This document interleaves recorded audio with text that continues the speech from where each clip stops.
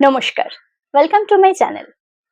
আজকে আমরা একটু অন্য ধরনের আলোচনা করব, যেটা হচ্ছে বাচ্চাদের এডুকেশন ফান্ড। আমরা অনেকেই জানি না যে বাচ্চাদের চাইল্ড এডুকেশন অ্যাওয়ারনেস এখন সব জায়গাতে কিন্তু চালু হয়েছে। আমাদের পেরেন্টসদের প্রত্যেক বছর, বিশেষ করে যাদের বাচ্চারা সিবিএসসি বোর্ড বা আইসিএসসি বোর্ডে পড়াশোনা করে, তাদের একটা চাপ থাকে ফেব্রুয়ারি মার্চ মাসে এক্সামের চাপ। তার পরের মাস এপ্রিল মাসে আরেকটা চাপ থাকে, যেটা হচ্ছে বাচ্চার রিঅ্যাডমিশন করতে হবে। মধ্যবিত্ত ফ্যামিলির পেরেন্টসরা প্রথম থেকেই মেন্টালি অ্যান্ড ফাইন্যান্সিয়ালি নিজেদের প্রিপেয়ার করতে থাকে প্রত্যেক বছর বাচ্চার একটা রিঅ্যাডমিশনের চার্জের জন্য।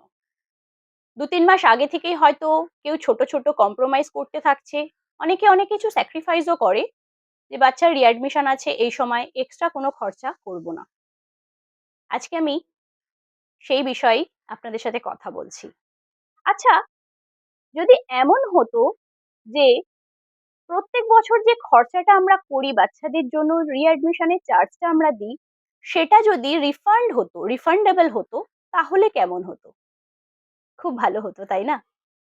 ভাবুন তো, ক্লাস 1 থেকে ক্লাস 10 অব্দি, 12 অব্দি একটা অ্যাভারেজ অ্যামাউন্ট আমাদের প্রত্যেক বছর খরচা করতে হচ্ছে। অ্যাভারেজ কেন? আমরা জানি এডুকেশন ফিস যে হারে বাড়ছে 10-12% প্রত্যেক বছর কিন্তু ইনক্রিজ হচ্ছে।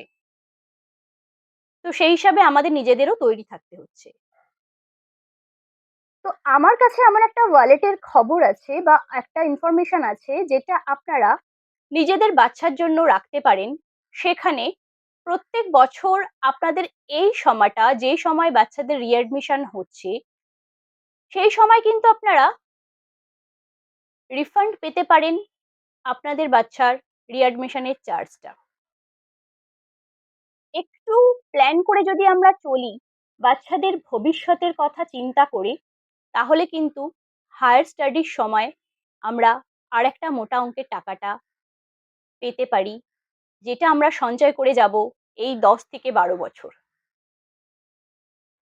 বিশদে জানতে হলে আপনারা কমেন্ট বক্সে কমেন্ট করতে পারেন, বা আমার বক্সে ফোন নাম্বার দেয়া আছে, সেখানে আপনারা 1 to 1 ফ্রি সাজেশনের জন্য কল করতে পারেন।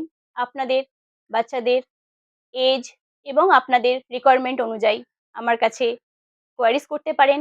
আমি আপনাদের সেই সম্বন্ধে বিশদে জানাতে সাহায্য করব। ভিডিওটি ভালো লাগলে লাইক করবেন, সাবস্ক্রাইব করবেন অবশ্যই, অ্যান্ড শেয়ার করবেন। ধন্যবাদ। আগামী ভিডিওতে আরো কিছু ছোট ছোট সঞ্চয়ের কথা নিয়ে ফিরছি। ভালো থাকবেন, বাচ্চাদের ভালো রাখবেন।